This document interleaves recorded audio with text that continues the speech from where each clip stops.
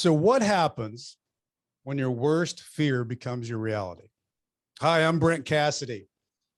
Welcome to the Nightmare Success In and Out podcast, where we explore how to overcome your fears and nightmares to set yourself free. We're going to be exploring this topic with guys I was in Leavenworth with. We're going to talk about life before prison, life in prison, and life out of prison. These stories can be inspiring, sometimes sad. There's some humor, but hopefully you can come away with a nugget of something that will help you knock down some of the prisons you've built up in your own mind. My guest today is Jim Clark from Kansas City. Jim Clark, welcome. It's a pleasure to be here, Brent. Had to use the button though, right? There you go. Perfect. So Jim, it's so cool that we're doing this because you were so essential in my first, hour when I got to Leavenworth. You know, you're a newbie there and you're looking around and I remember Romo taking me over to you and you were sitting over there in the corner and we met and you took me under your wing. And, you know, nobody ever knows how important that is until you're in a situation that I was in, you were in. And so I really appreciate you being here today and being a guest on this podcast. Really. Sure, he brought you over to meet with some of your people. That's right. That's right. He said he's one of you, so help him out. So Jim, you're in Kansas City now, but you grew up in St. Louis. You were Right. a St. Louis boy. Take me back. What was teenager Jim Clark doing in the day? Well, as we both went to DeSmet, who Met Spartans. very proud of us. They renamed Jug after you and I. I'm a South St. Louis kid, second generation. We grew up down by Ted Drew's. So, you know, typical, went to Catholic grade school, Jesuit high school. Had a great experience at DeSmet, you know, played basketball and did lots of different things. So averaged 1.9 points a game as an unbelievable point guard. To Steve really can Stefanovich. shoot free throws well. That's right. That's right. So had a great experience. And, you know, and Brett, we talked a lot about, you know, I was born on third base. You know, I had a mom, a dad. I have three brothers and a brother and two sisters. Lived in kind of that South St. Louis. I lived a block from where my mom grew up. My grandparents donated the church bells to St. Gabriel. So it was one of those, that environment, that community in St. Louis is stuck in time. I mean, they just had the school picnic this weekend and I saw the pictures. It, you know, generations have grown up there. So had a great experience growing up and had a great experience at in high school and all that. So you went to, you went to Dayton, right? Bradley University. Bradley. Yeah. Bradley. So I went to college. I was going to go to Mizzou, but all my friends that went to Mizzou flunked out. So it scared me. So I went to Bradley and, you know, had a great experience at Bradley. I was treasurer of the student body. I was in a fraternity, left Bradley and 4 years, made it out in 4 and went to work for IBM and, you know, really had a very successful college career and also, you know, launched into the business world. So tell me a little bit about the IBM experience, because you kind of took your IBM world and launched yourself into your own world. So yeah, so I worked for IBM for 13 years, mostly in Chicago. I was a marketing rep and a marketing manager and a branch manager. After 13 years, I left IBM to come here to work for Cerner Corporation in Kansas City. That was 25 years ago. It was a software company. It's about, you know, it's a huge company now, but then it was small. They hired 5 IBM branch managers to divide up the United States. My kids were 4, 2, and 2 weeks old when we moved here. And Kansas City is a great place to raise a family. I did that for 3 or 4 years.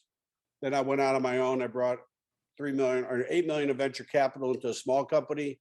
Then I started off on my own and started a healthcare consulting company. We installed software in hospitals around the world, got to be 5 million in size.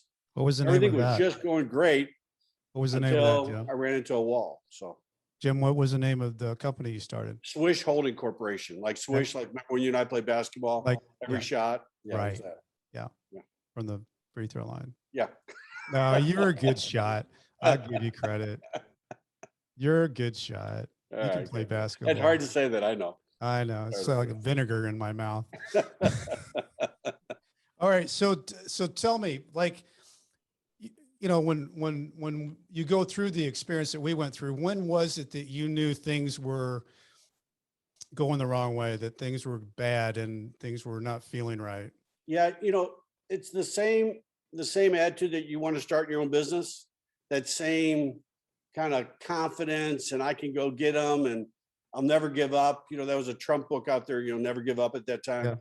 It's the same that makes you keep digging a hole. So the company, we got to 5 million in revenue, it was going well, and then I had a president of the company who was having some problems, and then the market kind of went down, and most people that happen on the white collar side, all the stars have got to line up. I was Storm. fully overextended, had a line of credit that I falsified financial statements to keep in place. And it was my first company I really owned. It got to 5 million so fast. I never had a confidence problem, and way overconfident. It made some just fundamental business mistakes about not diversifying. And then, things hit and the company went out of business, and I was left holding the bag. And at that point, you got a couple $1 million of debt, and that's over the $1 million IRS threshold. So you're on somebody's target list. Right. And, I just kept digging and digging and digging and digging until it just finally, reached a point where I had to tell my family we lost our home, and, went to prison on, August 31st, 2012. So you also, didn't you get into the semi-pro basketball world? Yeah. And this was part of the overconfidence. About year 3 of the company, I bought the ABA team. Now, Spirits of St. Louis used to play in St. Louis. They used to practice at DeSmet. So I was a big ABA fan. I was a season ticket holder. Then I bought the team. I ran the league. Great ideas. It's just a very tough business model. And once again, I think there's a couple things if I wouldn't have done, I'd probably been okay shifting my attention into a second business. Probably not a good idea. Not diversifying the company enough upfront, probably not a good idea. And then really the whole idea that, gosh, to get to 5 million wasn't that tough. They say your first 2 years are your toughest. It wasn't ours. Yeah. And I just didn't have the experience level to manage it. Wasn't surrounded by advisors. Didn't really know that I needed advisors until it was too late. Yeah. And I was, I fully admitted what I did. I made a mistake and falsified financials, which is when you falsify financial statements to a bank, you break every banking law. Right. So you're on everybody's radar. And I was a really easy target because I wasn't going anywhere, and I was very public. And because I was public, everything got public. Yeah. Because I was in the paper with the basketball team, I became, a success story for the U.S. attorney. Right. So, when I guess at some point you realized that you were not going to fight them and go to trial. Right. You wanted to admit what you had done and work out a plea, which is what 97% of the people that get indicted do. So when you did that, there's a time period that you go through where you go and you admit guilt, you have a plea, you've got that time period between that time, and you're waiting basically to be told where you're going. What was your thoughts when you found out that you got the letter in the mail and where you were going? Well, part of my delay was my father was passing away. So they gave me 6 months where they just left me alone so I could be with my dad. So my dad never knew what I was facing, which was a blessing. Yeah. But when they give you the letter I received in June and I was reporting in August, and I asked to report August 31st or after because I wanted to drop my son off at college. He was a freshman. So if you think of time, I dropped him off freshman year and I got out and he graduated. So that was the framework. So I pretty much dedicated myself during that time to have everything ready for my family. So we moved into a different house. I sold a lot of possessions. It was really just everything was focused on them, and making it. I told myself, if I'm in Leavenworth and I know I did everything I could do to make them okay, Yeah. I can handle Leavenworth. I didn't read about Leavenworth. I didn't talk to anybody about it. I didn't really care. I can handle it as long as I know I won't look back on June and July and all that period and say, gosh, I wish I would have done something else. So the day, the day before I reported, my oldest daughter came in and spent the day with me. I didn't know what I was supposed to. I had a guy drive me up there. It's, that day you report to Jim, board. what was your night like the night before prison? Your sleep, your thoughts, what was going through your mind? Well, like you, Brent, I remember everything vividly. It's like that terrible experience in your life you'll never forget. Yeah. So I remember I didn't even say goodnight to anybody. I just went in the room and I didn't sleep at all, but I just laid in bed. And I just couldn't believe it was happening. I couldn't Right. believe. I had a priest advise me. I go, how do I even get out of the car? Yeah. And I had my advisor say, get out the way you came in. And I just said, I just wanted to get it over. I was so tired. I mean, I can't tell you, and you're just so unbelievably tired of feeling so scared and bad. Yeah. You're like, I'm going to get in there because that's sooner I get out. And I didn't even know what I was walking into. And the whole way I walk into is kind of bizarre, but I was just more like, I want to go to sleep. I'll wake up and, I'm going to get it over. What was the amount of time that you were sentenced? 52 months, and I did 39. Yeah. So you get there the day of, you voluntarily surrender. Right. You have a friend drive you there. I mean, your experience was the same as mine. You go and you check and stand at that gate, knowing that you're voluntarily surrendering your freedom. Walk me inside. Well, this is what was bizarre. I walked up those steps to the medium, and I was in the wrong door. Yeah. And I go, I you did the got to same be kidding thing. me. You got to be kidding me. I know you. So I sit down. They you don't have anything. I had a wedding ring, then I was married, and a pair of glasses, and everything else goes away. And I'm sitting. And they brought me some Chinese lunch while I'm in a holding cell, and then they interview me, and the first thing the lady tells me is, Michael Vick is no longer here. And I went, you got to be kidding me. It was just such a bizarre thing. Like, well, can I leave now? I mean, Jim, what was the deal with the Chinese food? I don't know. That was the lunch for the day. And I remember sitting in there, and nothing really. I think they gave me a pair of pants and a shirt just before I got my uniform. And they brought me Chinese food. And I'm going, this is just the weirdest thing. You don't, and everything in prison, everything's opposite. You think it's one thing and it's the different. So, they go through they give you cavity search and all that. But for them to just look at me and say, Michael Vick, I just went, so they basically determine that I'm not suicidal, which is what that intake process is. Well, the other thing that I don't want to gloss over is you're in the penitentiary. You're not at the camp when you go voluntarily surrender. One of the things that, getting into that holding cell in the basement of that built in 1879 prison, it's not pretty. And there's a lot of thoughts in my mind is, do they know that I'm not supposed to be here? Not this one. Yeah. You're held there for a while. I mean, you probably there for a few hours. It was, I checked in like 11:30, and I didn't get down to the camp until 3. Yeah. And that was, I just remember sitting there. I mean, the whole time I could just feel like I was going to throw up. Yeah. And nothing. I think one of the things that you find out, people always say, well, what's prison like? First thing about prison that you find out immediately is nothing. They don't tell you anything. They don't want you to know anything. You're going to be told what to do, and you go do that. And everything else is your mind racing with what happens next. What is the next step? And then somebody opens and slides that big, metal door open and says, come with me. And now you're heading to the camp. Yeah. The overall feeling is you're just screwed. Yeah. You just feel like this is just it's going to get worse and worse. And what's it like to give up your freedom? It's not just your freedom, it's your dignity, it's your rights.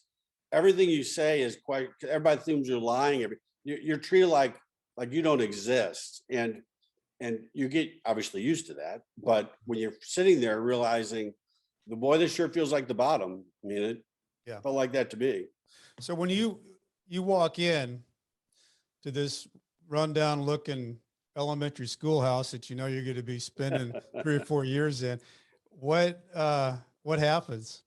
Well, the whole thing was just bizarre because I get there and it's Memorial Day weekend, right? So it's all different. That's Friday, the different guard, not all the staff are there. And I'm walking through the door, all the bunk beds, everything, and everybody's in their bed sleeping. And it's 3 o'clock in the afternoon and it smelled kind of weird. And there were a lot of activities because it was a holiday week. And I was just like, what the, and they were sold out. So I was on a bunk, on a cot. And I go, what? You were sold out. Well, they said, and I'm sitting there and this guard walks up to me, one of these, I forget his name. And he goes, new, huh? And I go, well, yeah. And he goes, pinch your skin. I pinched it. He goes, make it 100 times thicker and you'll be okay. And I just was like, this is just horrible. I mean, you just don't know, and you don't know what to do. You're on a cot. They give you these khakis. You can't walk in the boots. It couldn't have been more uncomfortable. Did you have anybody that you ran into within the first few hours that you started talking to that was going to maybe help you find the next step? Yeah. So there were some of my people. Yep. So Ron Slovacek shows up and he's Catholic, and he came over. He actually gave me a pair of shoes I could walk in. Big deal. And I'm sitting outside when I get processed and I have a book because I want to look, whatever. Important. And up walks Dusty and Lenny. And Dusty has no teeth and Lenny, they look very odd. It kind of scared me a little bit. And they're two of the nicest guys there.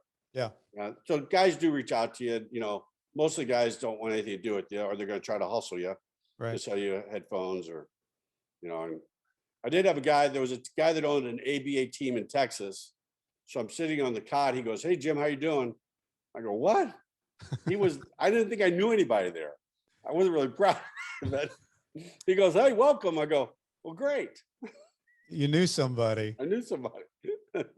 So, going into like to an unfamiliar world and you're scared, you don't want anybody to know you're scared. That's the other weird part of it is that it's a weird environment because you don't want to, you can't see people cry. You can't see people scared, but you are scared. What kind of strategies did you use in your mindset of how am I going to tackle this unfamiliar world? Yeah. So one of the things I thought about going in was it's a whole different world. Okay. So I made a conscious decision to get to know guys that have been down a long time.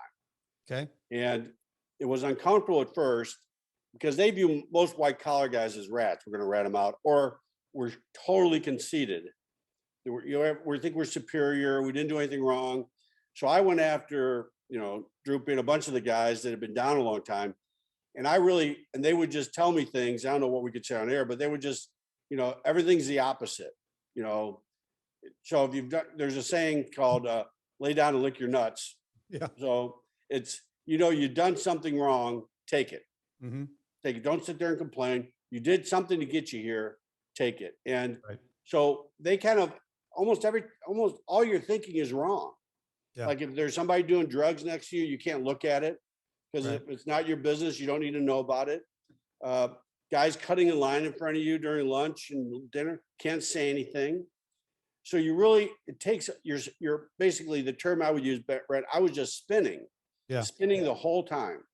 And so slowly but surely you get to know some guys that have been there a long time and they start to just teach you how to think and how to process and how to get through the day and the week and the month. Jim, though, I think that is a big tip, not just for prison, but for life. When you're in an unfamiliar environment, seek out people who seem like they're getting it right, or that they seem like they're getting along better than others, and ask, humble yourself and ask for advice, because in an unfamiliar environment like prison or starting a new job, Right. uh, you know, humbling yourself and asking for advice to be able to get yourself the right information that you need, because in prison, you need the right information because you need to know the prison rules. They give you the handout for you need to know the inmate rules. They give you the prison rules. What you need to know is the inmate rules. How do I get and survive around with the population that I'm in? How do we get from day to day? And there's weird things that go on too. I mean, I'm sure when you saw the people running to lunch or running to dinner, that's a weird phenomenon because actually the food's not that great. So one thing I noticed about, when I came up on you, it would have been a year later. Right. And one of the things that, I was one of those guys like you, I was trying to find my way. And you seemed like you were getting it right. And one of the things that impressed me is that you really kind of had a routine of what you were doing. It was important for you to have a job. And I attached myself to that because that's, like you said, there was a lot of guys there that didn't do that. Right. And I think one of your strategies is kind of treat it like you treated your life on the outside, on the inside, and keep yourself busy, keep you being you. And when I met up on you, I mean, I was shocked that I was meeting somebody that went to my high school and played basketball all within an hour of being in this prison. Yeah. But, the next thing that you did for me is you helped me get a job. And so the term that I used was getting set up. yeah. And that's a very funny term because it happens to you also when you get out. Mm-hmm. Setup is almost everything. It's not only how you think, it's how you live, how you exist, how you do your health. And it took me almost a year to get set up. I'm glad you came after a year because it was good for me because it's physical. It's understanding, guys shining a light in your eyes every 2 hours, how you sleep. Explain that, Jim. Don't just gloss over that. What's that? What do you mean when you say that? Well, there's a physical side of prison that's very different. And when you tell people about it, they can't believe it, but you're much more adaptable than you think. What's it like not to really have much heat? Mm-hmm. Well, you adjust. So you wear coats, so you do different things when you go to sleep. What about no air conditioning? Yeah. Or what happens when guards come through the night and every 2 hours are shining lights in your eyes? Make sure you're there like you're going somewhere. But you're much more adaptable, but you got to let your body get a chance to adapt to it. And it's true almost everything. The physical side of it is very difficult to get used to. Shower shoes and black mold and no health and the terrible food. But you got to give yourself time to adjust to it physically. And then there's the emotional side of it. And then there's the idea that says, if I'm going to get through this, I got to play offense. I got to lean in a little to it. Right. So I do this to this day. Every Saturday, I plan my week. So I would go down to the mess hall Saturday mornings. My I remember you doing this. Yeah, my control book. Yeah. And I just would manufacture a week. I come up with things I want to accomplish so I could feel like I'm checking them off. I came up with goals, objectives. I would just, because I found it kept me from spinning. It helped slow me down.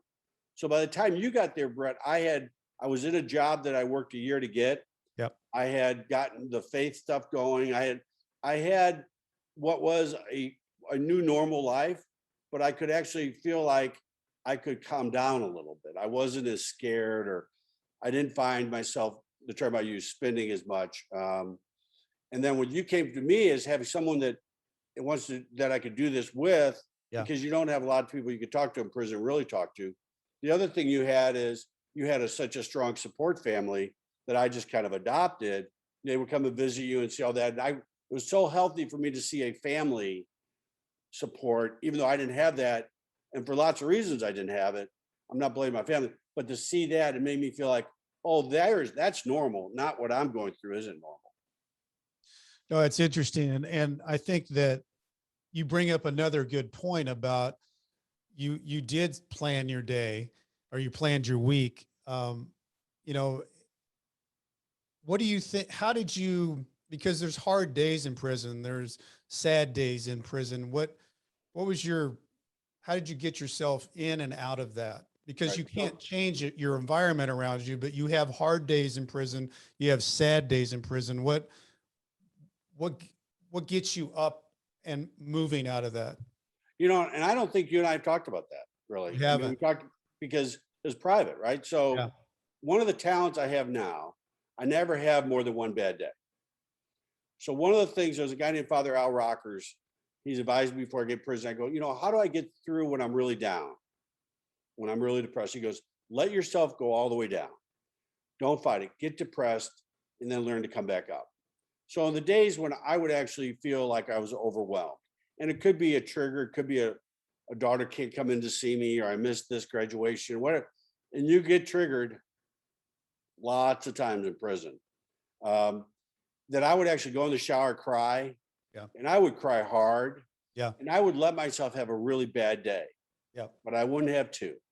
Yeah. And I learned for myself now, I let myself, I can get sad and I can flash back and all that, but I don't stay down for very long because I've learned that by just let myself go down there, I feel better when I come back up. When I get it, or the other thing we used to do when we go on a walk for an hour and a half, I would do a little test of myself when I'm down.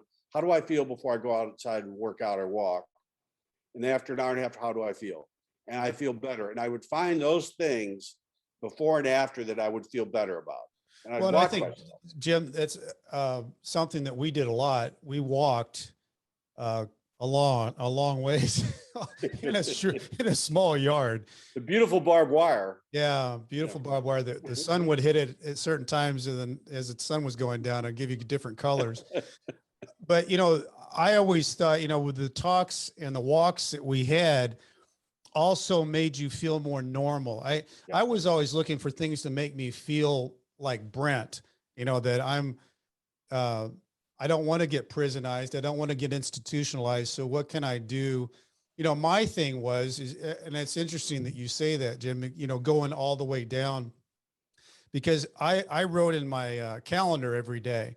So if I knew that I had a bad day and I didn't win the day by doing something that got me to the next day, I knew that was going to just be that day. And I was going to have to do something tomorrow that was going to, when I write this down tomorrow, there's going to be something that's going to be different than the way I'm making myself feel today. And there's, like you said, there are so many triggers. You know, you miss so much. You know, I and you missed graduations. I missed a state championship for one of my daughter. There's so many things that you don't get back, and you can't stop feeling bad about that. It's just that you can't stay feeling bad about it because you're in prison, and you slide down that slippery slope in prison, and that's a bad place to slide into. Well, you remember there was a joke. How can you tell if you're having a nervous breakdown in prison? How would you know? How would you know? We talked about that a lot. I remember the state championship. I remember the phone call going back and forth. I remember having so much fun experiencing that vicariously through you. Yeah. There was a little thing that Julie used to do. She would come and visit you, and I'm not stalking you guys, but I would look out there and she would have her finger rolling through the back of your hair. And I used to think that was the neatest thing, how neat it would be to have somebody you care about putting a finger in your hair. And that may sound to people on the outside like creepy. That you live for that. That is the type of thing you say, wow, I know that's not happening to me, but man, I just think that's so cool that she would do that. Yeah. So. Well, and you miss that too. It's prison doesn't give you that. I don't think. Not that I know. Well, maybe from Bubba. Yeah, from Bubba, the big Bubba. So, you know, you got me the job at the food warehouse. You had actually set up basically my job, and you know, when I went to clerk there, you had basically created this book that I just had to follow. But I always thought that was pretty impressive because there was not a book before Jim Clark got into the food warehouse for a standard operating procedure of how this place operated. I always thought, wow, I walked into this job and an inmate, Jim Clark, put all this together, and all I got to do is just follow it. And I'm in prison And nobody asked you to do that, I don't think, did they? No, but I've been thinking about that since I've been out.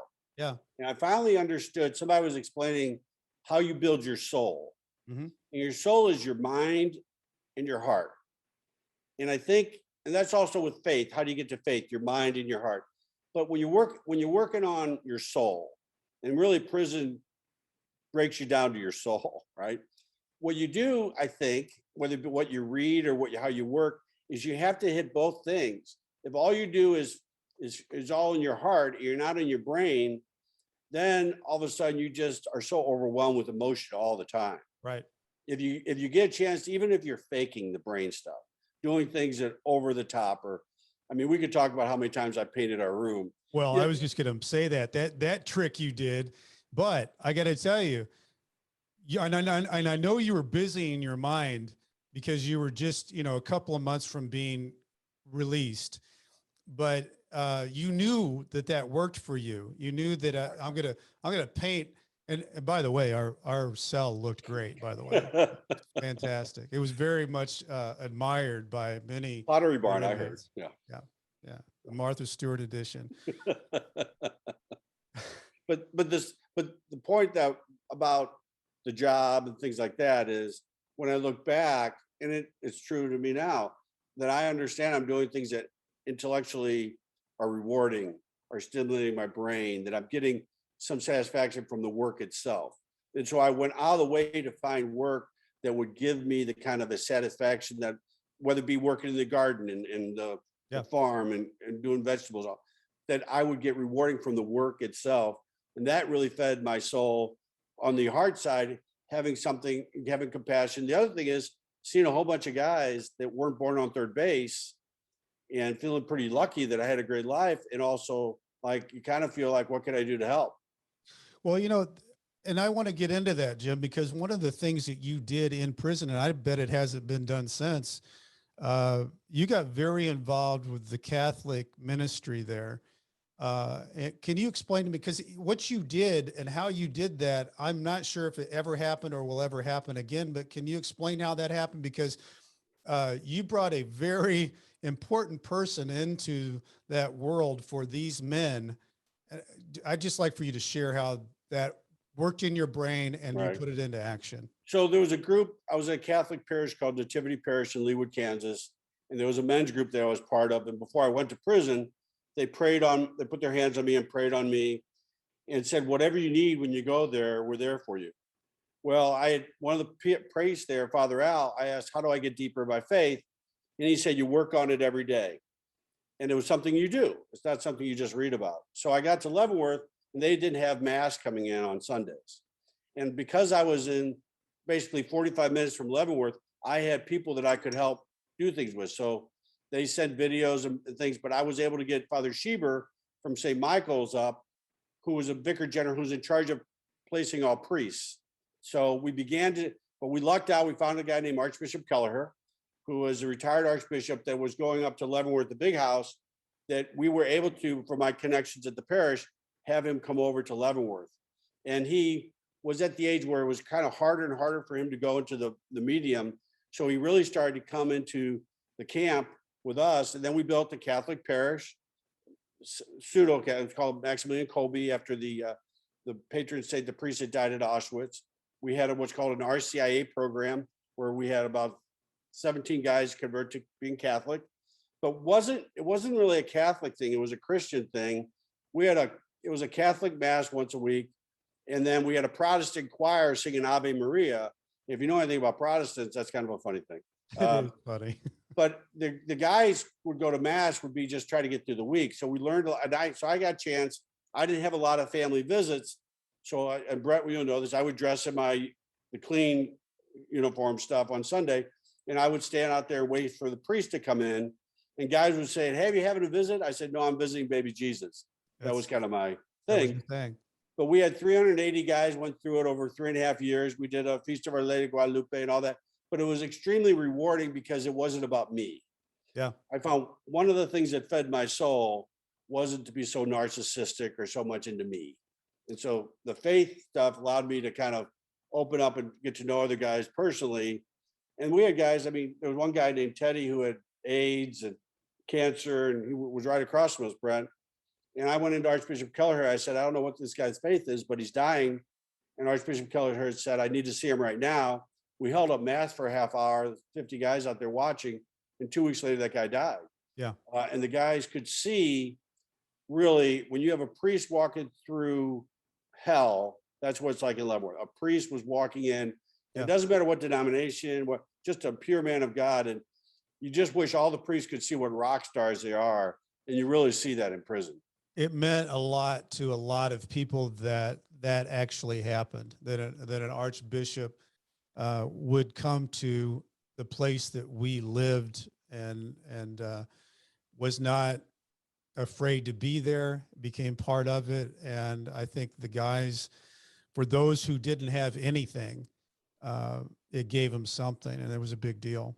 Well, Romo, your guy, when you were first, it was a shock collar.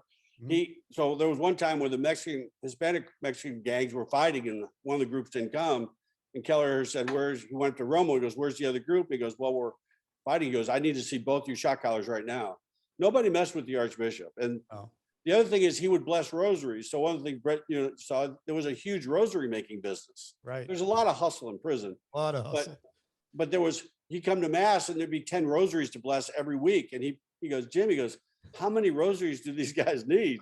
We go, no, Archbishop. They're sending them home to their family. Yeah. And then I would walk out with the Archbishop when he left, and he would say hi to families. Now imagine you're in the visiting center and you're the dad and you've committed a crime, and you're there with your family, and up walks the Archbishop. Yeah. And the Archbishop says, hey, it's very emotional. Hey, your dad's doing the right thing. Yeah. What that does to that family, it's dramatic. So then, because some guys got jealous of it, they complained that the Archbishop was talking to guys and not to their family. Yeah. So then I became his bodyguard, which was just funny. But you did. But those are the prison faith is another. There was a guy that ran the Protestant group. He had a naked woman on one shoulder and Jesus Christ on the other. And I used to always say to the Archbishop, I go, why can't that guy just put a bikini on her? And he goes, Jim, that's probably the most honest guy here. Yeah, so. Probably true. So tell me a little bit about TV and movie night.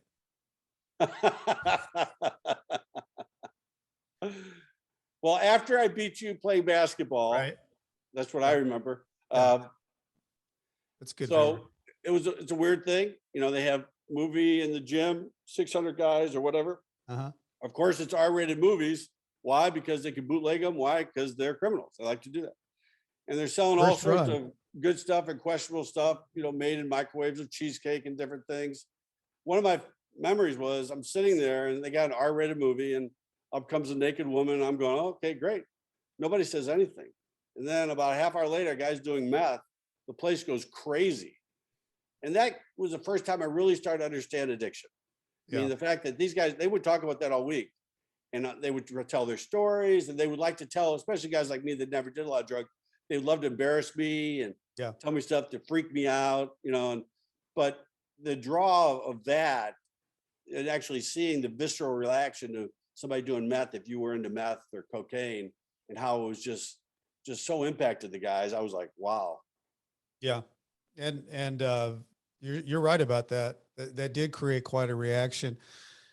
So you tell me a little bit about getting close to the door, because I think there's a lot of things that go on in a guy's mind that they don't really talk about. I think there's a couple of things, reason why you don't talk about it. You don't want people to feel like they know you're close to the door, and you don't really want to talk a lot about it because there's some kind of weird dynamic there that they aren't close to the door and you are. So you deal with a lot of that internally. I mean, you and I talked about it, but tell me about what was going on in your mind, because as you get closer to the door, you start thinking more about the outside world. Right. And they let you go on a furlough weekend, which I did, which was exciting, where you get in front of a television and click the clicker finally after 3.5 years of not having a remote, or get online. And so for me, I think most of the time you get really annoyed by guys leaving and making a big deal out of it for themselves. I mean, there are guys, that would just walk around. I'm getting out, you just want to taser them if you had a taser. So, and it's very fragile because some guys are very, obviously very jealous of it. And other guys make such a huge deal out of it and get all these clothes in. And I mean, so for me, I was just so excited. I mean, this is the benefit of losing your freedom. When you get it back, you'll never take it for granted. So I know that the halfway house I went to, like you did, Brett, was almost worse than prison in so many ways. Yeah. But I'm not there. Yeah. And that stills with me. Even if I'm having a bad day or with COVID, I heard all these people talk about freedom. I'm still happy. I'm not there. Even my worst day here, Yeah. I'm not there. And Yeah. having that attitude, because attitude's everything. Yeah. Is so you get out and I have my buddies. Once again, my family was around me, so I had guys pick me up and drive me over the halfway house, and then I was able to walk in I think it was a Walmart or something. I was in Leavenworth still. I Yeah. left the prison to go to a Leavenworth halfway house, which is totally screwed up. Really strange. And I went to a Subway one time when I was still in the halfway house, and I see one of the guards, and he buys me a sandwich. That was just messed up. Wow. Yeah. So, but anyway, the thing about when you get out is you start to begin to realize how you've been out of circulation for so long. I mean, and it's just not the cell phones, it's the speed, it's the lights, it's the big store. You go through 3.5 years of groveling for commissary to get, something, and then you walk in Walmart, you're like, wow. I remember the first Christmas, so I got in November. In December, I walked through a Kia, and I looked like a kid at Disney World. I was just almost drooling. It's so exciting. And you know what? I'm still like that. I want that excitement. I want to make sure I never lose that sense of it's great to be free. Yeah. But the reality of it is your first 6 months are as difficult getting out as the first 6 months in prison by every way. The ankle monitor, the stress, you have no rights. You screw up, you're going back. But it's not prison. But it's pretty tough.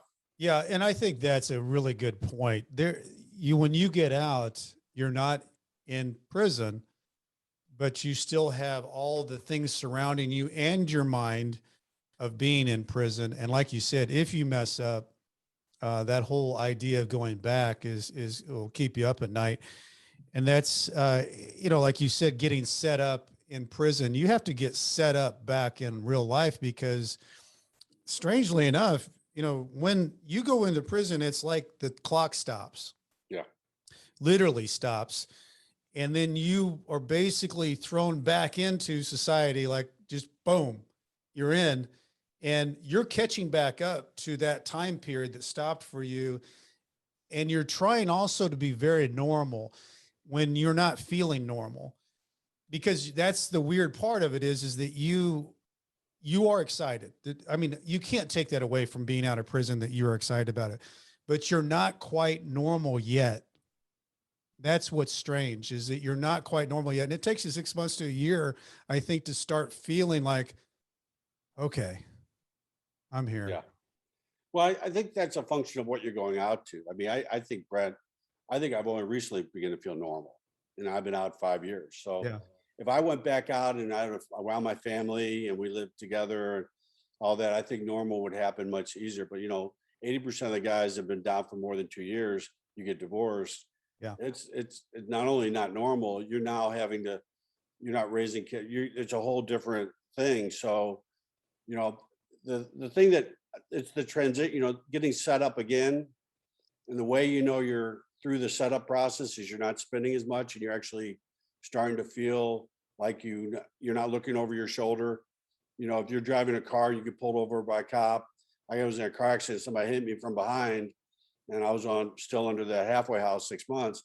He called me over, read me the riot act. I did nothing. Right. And boy, that flashes you back to prison so fast. I mean, Yeah. I think It's that's PTSD. Yeah. And I think many people go through stuff. I mean, one of the things that we encounter is that people know who into prison, you hear their story. Yeah. Kids committed suicide or this happened, I get all that. But the physical, the soul part of you, when you leave prison, you're coming out with your soul. your soul has got to adapt again. And it's everything. It's just not one thing. You know, your ability to have a normal conversation, you know, with someone of the opposite sex, when I've been around women for 3.5 years, really, Right. it's just different. It just, and you kind of forget how to be you and who you is and who you is. I'm sure that's Good. I like that. I like that, who you is. But so I think there's a lot to be said about it. And I dealt, one of the things I did a bunch of reentry work for the first couple of years out and different things. And, you know, you just see guys coming out all the time. You go, man, I'll see you in 6 months, because it's going to take you a while just to calm down. Well, and as you know, and I know, the recidivism rate is so disturbing, because you have 2/3 that go back in 3 years and 3/4 that go back in 5 years. And the reason for a lot of that is that, and some of the things you're talking about getting set up, you need a job, you need a place to live, and you need credit for, or a car.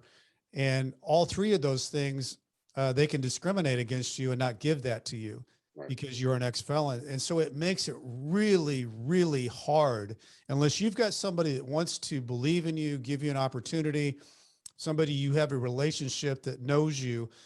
Man, it's tough. That's a tough interview. Well, you put drugs on top of it. I mean, Put drugs imagine on you're an top. addict. Yeah. You know, the whole saying of, I looked in the mirror and I'm the enemy. I Right. mean, you know, you and I always look over our shoulder, who's coming at us. Imagine if you're looking over your shoulder, who's coming at you is you. Yeah. I mean, it is very different. I mean, I don't think we could overstate how difficult it is for guys. And I went to prison when I'm in my 50s. It's a little different, but you know, you deal with guys coming in their 20s and 30s and don't have a career, don't have a job, don't have a set of skills. And, Right. you know, what they've gone to prison for isn't the worst thing they've done. You know, Well, looking at where you're at now, what's the most, what do you appreciate the most about being out? I am not the same person.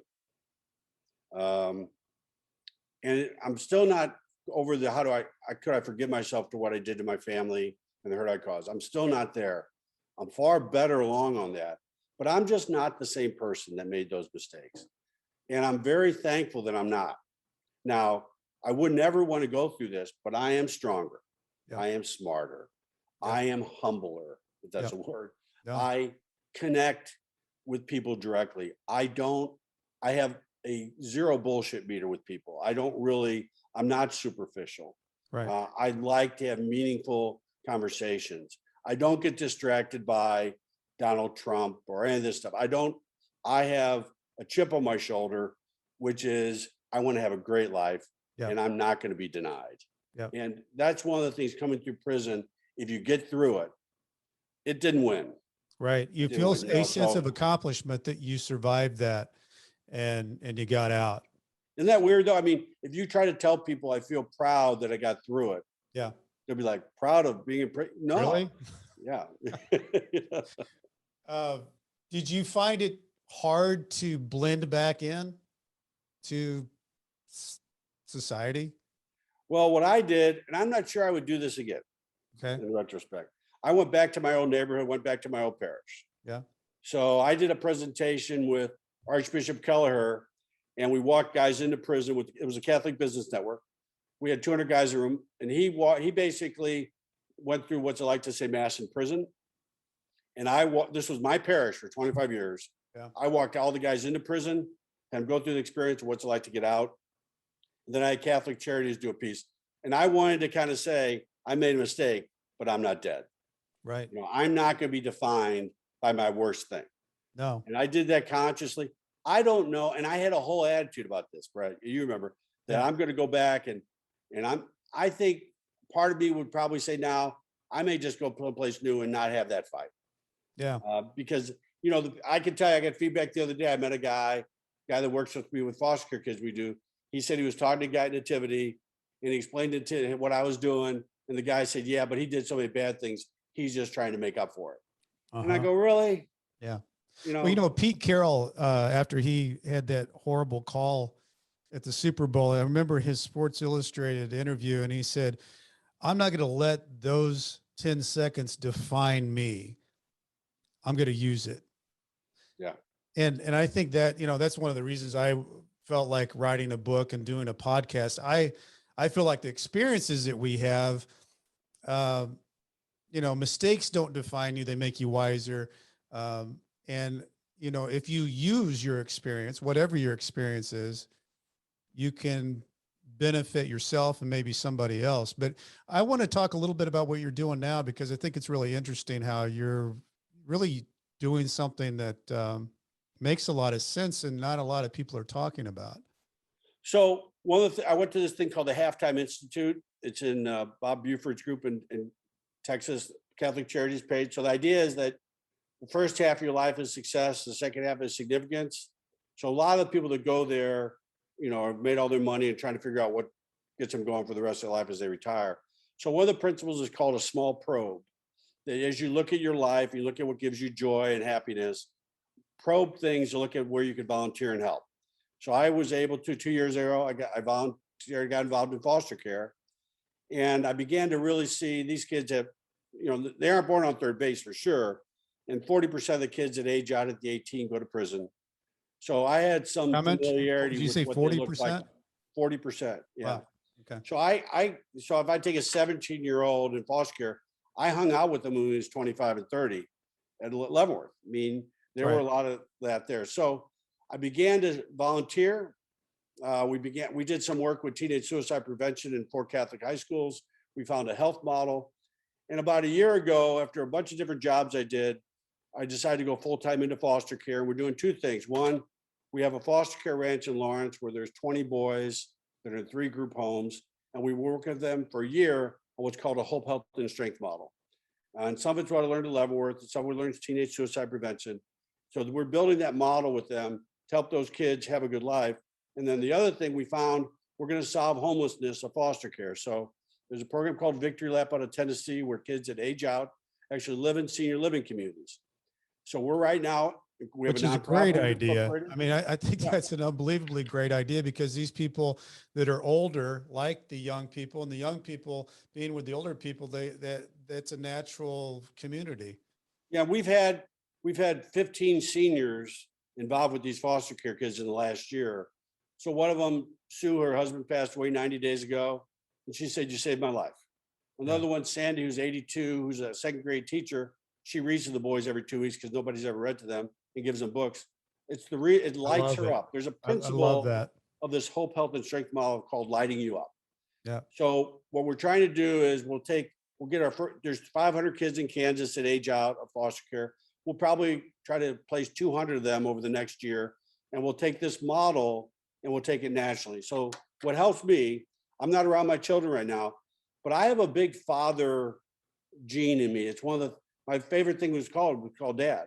Yeah. So these kids aren't replacing my children, but I get a lot out of being a father to kids. So it helps me with that. It also makes me miss my kids even more, unfortunately, at times. Well, I tell you though, being a mentor though, Jim, and here's the other thing. I mean, what I think you're doing is so impactful, but for them knowing what you went through and that you are okay and you can relate to them maybe in a different way that somebody else can't. There's something there to that. That's a good vibe. Well, let's just talk about strength, Yeah. right? So if I'm a foster care kid, I've been through a lot. How'd you get through it? What'd you learn about yourself? So they ask me lots of questions about prison. They ask me why I'm not more screwed up. Right. I mean, they ask everything, but the reality of it is they are actually stronger than they think. And we build on that strength model with them, and they're all at high risk for suicide.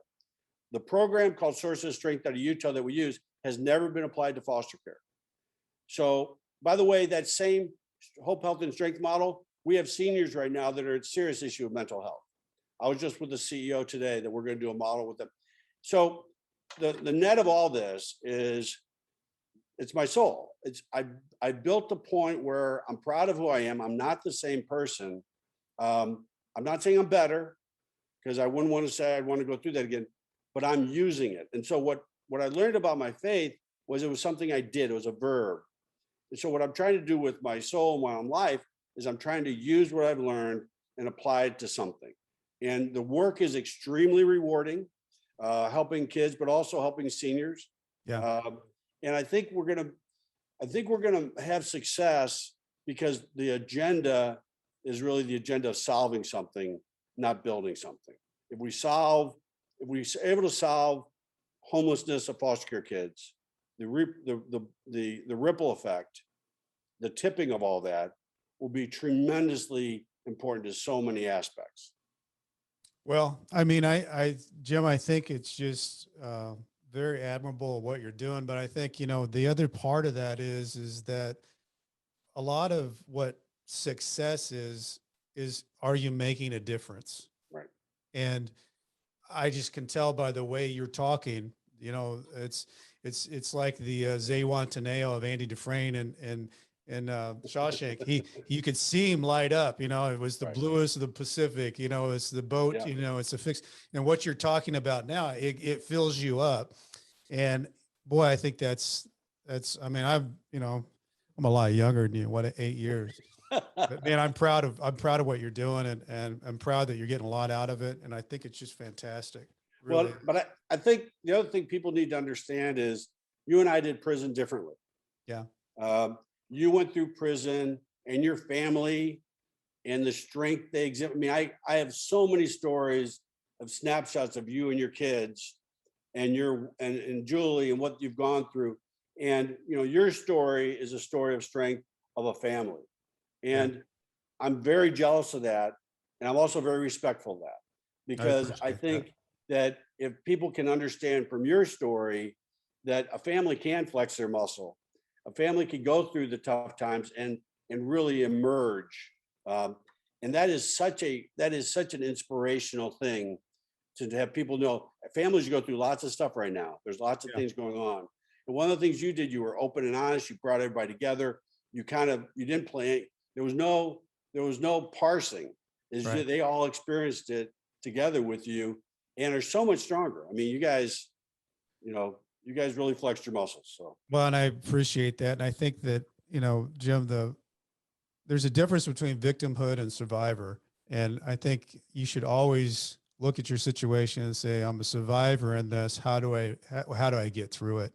And most of the time, even when dealing with prison, it's never as bad as you think it's going to be, strangely enough. And even, and on trying to help people with this podcast, the biggest thing when we build prisons in our mind because of whatever we've had experiences in our life, the thing is mostly what it is everybody's afraid to step into what they're unsure of, what they're afraid of, whatever their nightmare is. But if you step and take action into it, attempt to make a difference, you'll get to where you want to be, and it won't be as hard as you think. It's the taking the action that I think is what people have to grit themselves to. Well, so many people are stuck. Yeah. I mean, I got a lot of kids in their 20s and early 30s that came out of college and COVID, all this, they're stuck. There's a generation of kids are trying to figure out faith, but aren't accepting mom and dad's faith the same way they experience faith. People, whether it be video games or social media, we saw when we did the teenage suicide stuff, Rockhurst High School that year had 3 suicides. So, but if at the end of the day, when you sit down and you say, this is my life, right? This is my faith. What am I doing? Right. And realize that you make all the difference how you think about it. There's a concept in suicide prevention called framing. How you frame something changes your attitude to it, right? Yeah. So if you and I framed it, well, a lot of guys we saw coming out of prison would come out and say, I've been screwed by the government, or let the man win. We didn't frame it that way. Yeah. And you got to watch your assumptions. If you're in your 20s right now or in your 30s and you're trying to figure out your career, are you self-aware? Do you know yourself? Do you have a mentor? Do you have people around you to give you advice? Are you arrogant? Brett and I in our 30s, we could do no wrong. Right. And what has to happen when you go to prison, your life runs into a wall, and that's life. But so it happens also when you get cancer. When you're not, this isn't that unique.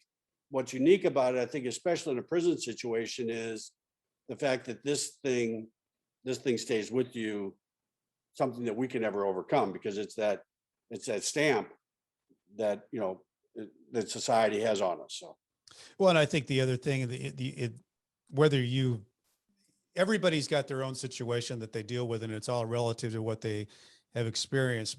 And life is unfair. Unfair things happen in life, but can you pick yourself into making a difference regardless? And that's where you find that satisfaction of whatever you're looking for. Regardless of what's going on, can you still make a difference? Pick yourself up.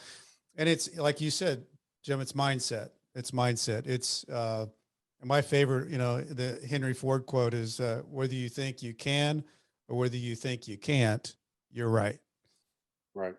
And my favorite quote is Albert Einstein: life is like a bicycle. You need to keep moving to keep balance. Love that. And I think just if you're stuck, get moving. I don't care moving. what you're moving on. Get moving. Get moving. Yeah.